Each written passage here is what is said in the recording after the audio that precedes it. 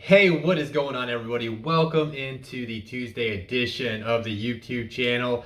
Obviously, if you guys are watching this video, that means you did make the playoffs and at least one of your leagues, because you obviously still need some advice. Maybe if you're looking for the waivers, if you're looking for a Streamable Defense for this week. And I want to congratulate anybody that did make the playoffs this year. And if you are wondering if the guy that decides that he's going to sit here and give out some fantasy football advice, if he did well this year, I will confirm. I went 5 out of 5 on my leagues this year. I kept it short because I had a lot going on in my life this year. I didn't want to have too many fantasy leagues this fall with me starting a new job back in September. With that being said, I made all 5 fantasy playoffs, so now it's time to go 5 for 5 on the championships, win me some money, and take home the gold. So definitely looking forward to that. And then really quick, guys. On these before I get into the waiver wires, I know people are kind of wondering if there's any other advice I could give, but maybe they are wondering. I don't know. I just wanted to reiterate something I've heard from others. There's been multiple people that have said this before. Maybe you guys have already heard somebody bring this up. I just want to make sure if there's any of my listeners that haven't heard this, that they take this word of advice. I will say this, guys, with this whole COVID situation being as weird as it is getting right now, I just saw before I hopped on to record, Adam Schefter reported there's been 75 cases of COVID in the NFL from the last couple of days. So with that being said, you got to think forward. You got to think smart. You got to think strategically how you're filling out your bench, how you're filling out your lineup. Like, for example, there's one of my good friends in one of my main money leagues. It didn't really matter because the guys that he found unfortunately did not get him over the hump to make it to the playoffs, but he was one of those guys that had Tyler Higbee as his tight end, and then he found out Monday that Tyler Higbee was out, so he had to go grab one of these random Ram tight ends that they didn't do anything. But he was debating between both of them. It didn't matter who he would have played. He still would have lost that game. But with that being said, like the Vikings and Bears play Monday night. So if you have one of those players, you got to kind of think about that. Like, for example, one of my main money leagues, I've been riding Kirk Cousins this whole year.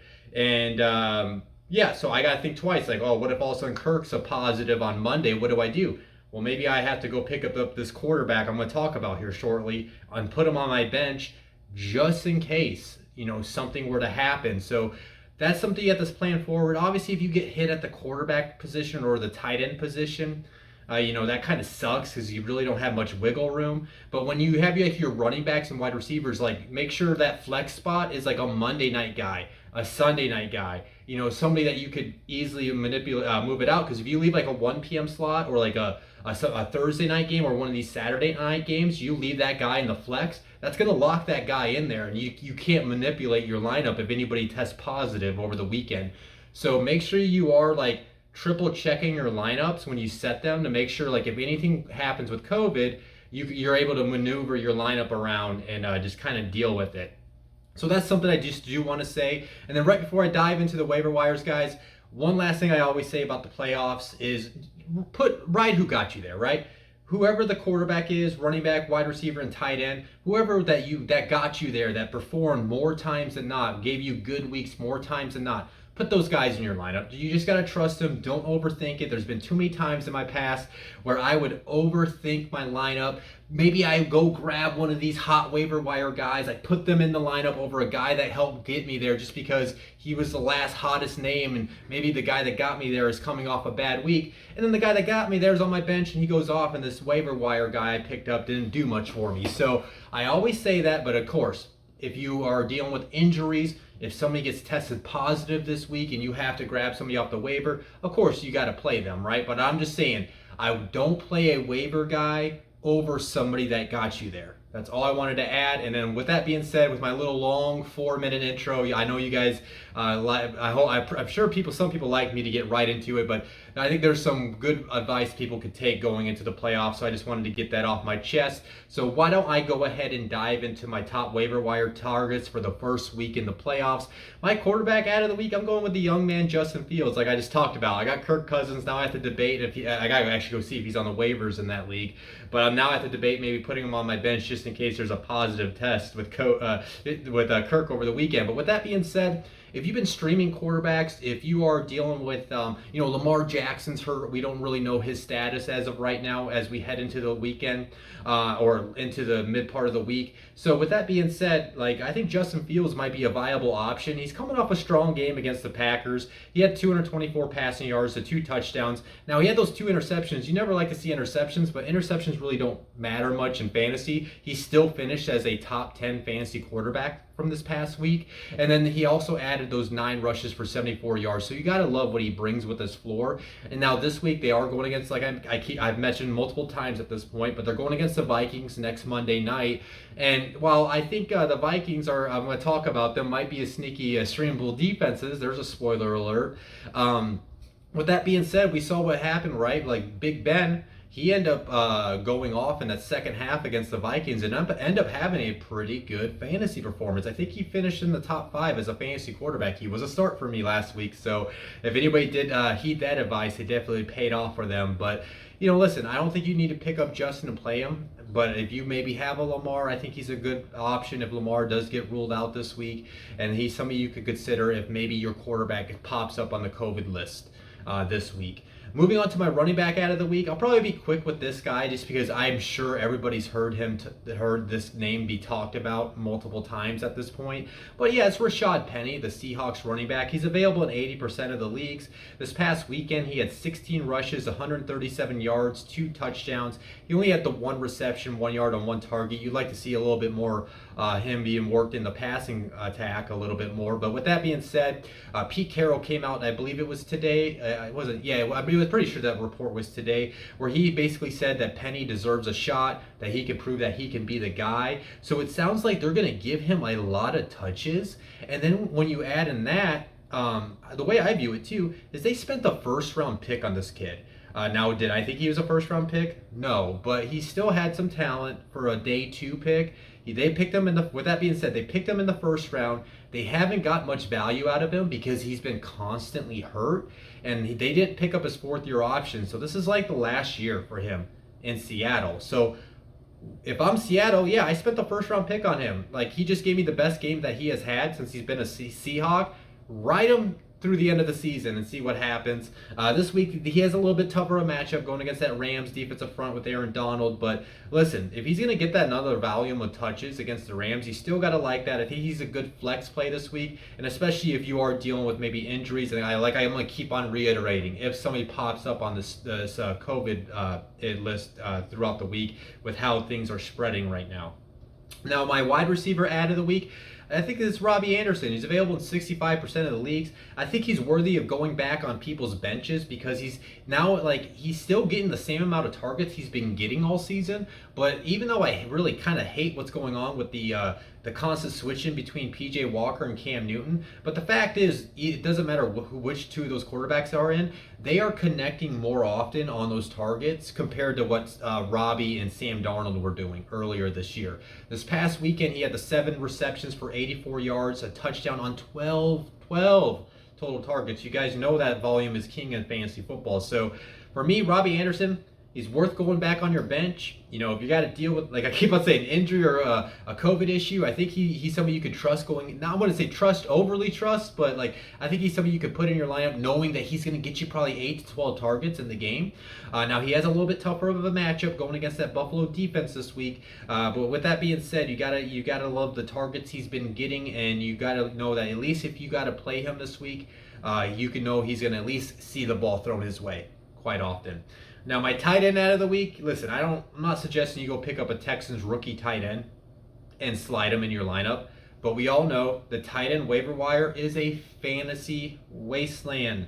So with that being said, which I do like this kid when he was coming out, I think at Miami. But with that being said, Brevin Jordan, of course he's available at 100% of the leagues. This past weekend, it's not like he blew up. He had 4 receptions, 26 yards. He had that touchdown. But what I really liked, he got targeted 7 times this past week. Now he's got the Jacksonville Jaguars this week, so that's obviously a little bit easier defense to face. And the way I view Brevin Jordan right now, it's like I don't think you want to pick him up and play him. I'm not sure if he's a really great streaming option. But listen, we're not 100% sure if Darren Waller's back this week. Same thing with TJ Hawkinson. That's another name that missed last week. Austin Hooper. Hey, I got that one right, guys.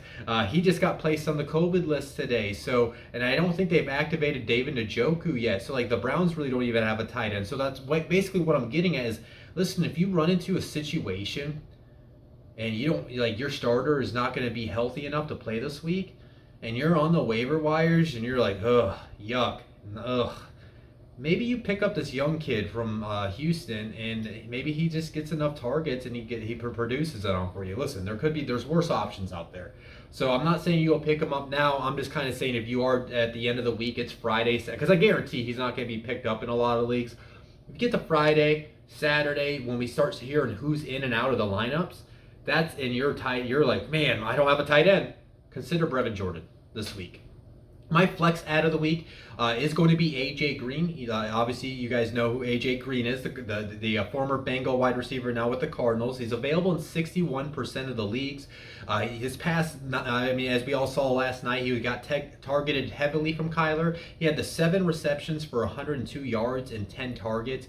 Now, he's got a juicy matchup this week going against the Lions. And here's another thing why I think AJ Green's a sneaky ad. And not only a sneaky ad, I think AJ Green might be a sneaky play for people at, like, if you have 3 wide receivers in your lineup, like I do in a couple of my leagues. Because it came out today that because Deandre Hopkins got hurt at the end of the game last night, if anybody didn't notice that, and he's getting an MRI on his knee. I think it's happening today, if not like right now. Maybe as I'm talking to you guys, there's already a news report I'm going to open up on my phone when I get done with this. So with that being said, even if like the injury's not serious, I mean, it's the Lions. I know that the Cardinals are going to beat the Lions. You know that the Cardinals are going to beat the Lions. Guess what? I'm willing to bet the Cardinals know that they are going to beat the Lions. So, it's almost the playoffs. It's not like the Cardinals are going to miss the playoffs, at all. They just need to win out and, control their own destiny of winning the NFC West. And they kind of need him healthy for those other 3 games, because after this week, they got the Colts.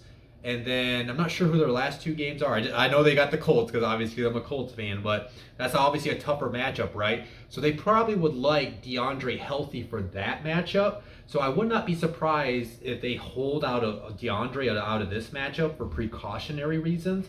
And that just makes AJ Green even more valuable as a play. So if you're looking for wide receiver help, I definitely would consider adding AJ Green on your bench. So again, my top waiver wire ads for this week is Justin Fields at the quarterback position, Rashad Penny at the running back position, Robbie Anderson at the wide receiver position, Brevin Jordan at the tight end position, and AJ Green at the flex position.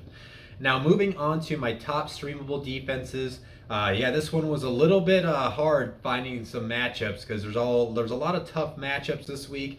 If you can kind of tell, I'm giving you guys I'm actually giving you guys 6 defenses I think you could take a chance on. But let's start with the number 1 on the list. Obviously this was slim pickings, but Dolphins defense against the Jets. Dolphins are available in 50% of the leagues right now. And with that being said, right, like the Jets are just been one of those teams you can stream against. That Zach Wilson's going through some serious growing pains, and the Dolphins defense heading into their bye has been playing as one of the best defenses in the league. So you got the sack potential there, the turnover potential. So if the Dolphins are available, that is definitely the defense to go pick up off the waiver wire this week. My number 2 streamable defense, I am going with the Vikings against the Bears. The Vikings are available in 61% of the leagues right now. And the reason why I'm going with this is I know the Vikings defense has not been that great, but it's the Bears offense. Like I mentioned with Justin Fields, I still think he could be a good play this week if you have to count on him as a streaming quarterback. But he still threw 2 interceptions. He's going to have those rookie moments. Their line is not that great, so there's that sack potential as well. And then you just got to think, too, the Vikings still have a shot to make the playoffs. They have more to fight for than Chicago right now. So that makes me think they're going to be more tuned in, more dialed in, and with the game plan, the scheme, and how the players perform. So I'd be pretty comfortable streaming the Vikings defense this week against the Bears. My number 3 streamable defense, I am going to go with the Browns against the Raiders. The Browns are available in 60% of their leagues.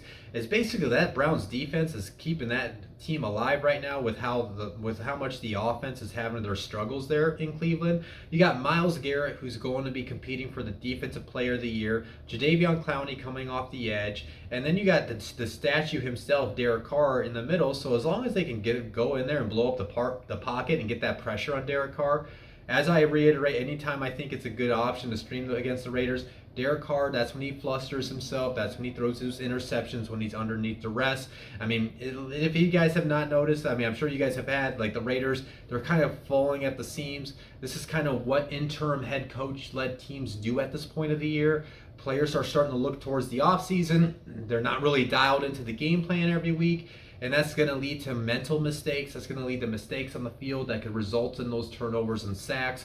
We just saw that basically happen against the Raiders last week. You saw that fumble recovery for a touchdown to start the game. There was interceptions in that game. So it seems like things are falling apart in Las Vegas. So I think the Browns are a good streaming defense this week. My number 4 streamable defense, man, I wasn't sure if I should have listed these guys on there because it's so weird that the Steelers defense is not playing as great as they have had in the past and what they are known for being a Pittsburgh defense.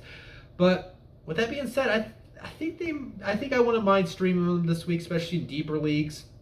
They're available in 55% of the leagues. They're going against the Titans, and listen, like the Titans handled the business against Jacksonville, but when I was rewatching that game, man, that Titans offense looks ugly. I mean, it really does. Like, Julio's not really the old Julio, and then it's like they don't have a threat in the running game. They don't really, the wide receivers don't get open that often, and there's a streak where the Jacksonville Jaguars were getting hits on Tannehill pretty easily because he was just having to hold on to the ball. So with that being said, man, I like the potential of TJ Watt blowing up in this spot and getting multiple sacks, maybe a forced turnover. And then if they can get Joe Hayden healthy and back in that lineup, I'm not sure where his status is, but if this week he can finally give it a go, that could help deal with the Julio bracket. I hate saying against Julio. You probably do have to make sure you keep two pairs of eyes on him. But with that being said, like, you could kind of shift Julio out of that and make them beat you with the other guys.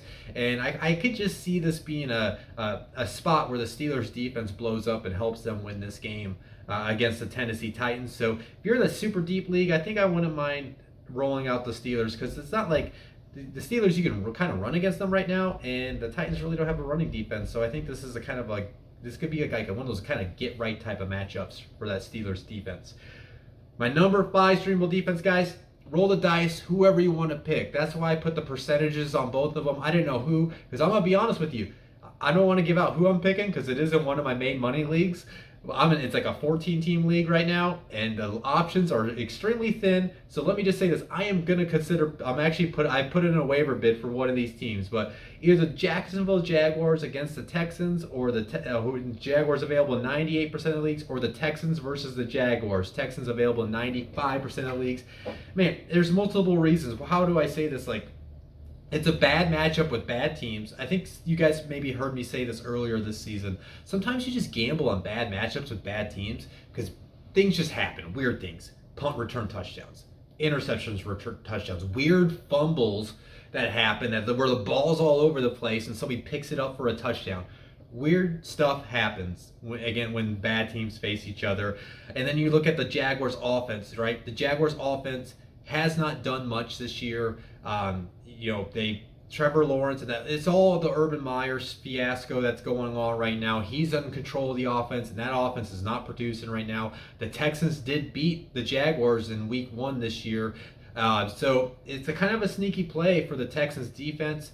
Now, if you switch the other side with the Jaguars defense, why I think they're potentially a good play is, keep in mind, from what I understand, Urban Meyer does not have control over the offense. I don't honestly know who the defensive coordinator is in Jacksonville. That's on me.